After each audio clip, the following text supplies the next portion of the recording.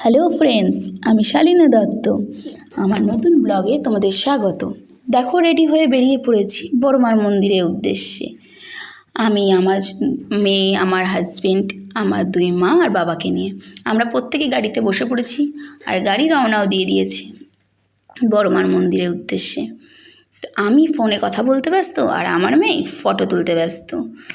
তো ব্লগটা দিতে একটু দেরিই হলো।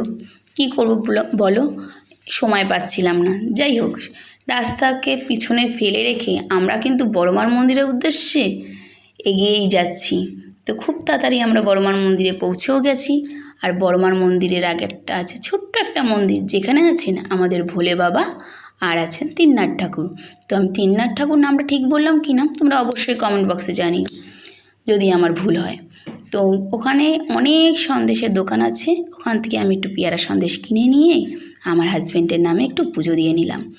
পুজো দেওয়া হয়ে গেল আর আমার বাবা, আমার মা, আমার শ্বশুর শাশুড়ি, হাজব্যান্ড, মেয়ে সবাই একটু প্রণাম করে নিয়ে আমরা বেরিয়ে পড়লাম বড়মার মন্দিরে যাব বলে।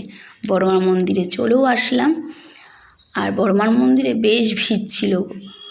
এই ভিড়কে কাটিয়ে আমরা মায়ের মন্দিরে একটু পুজো দিয়ে নিলাম।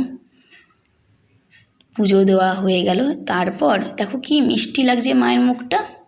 তো তারপর আমরা প্রত্যেকে একটু ফটো তুলে নিয়ে বাড়ির দিকে রওনা দিয়ে দিলাম। তো আজকের মতো এখানেই টাটা।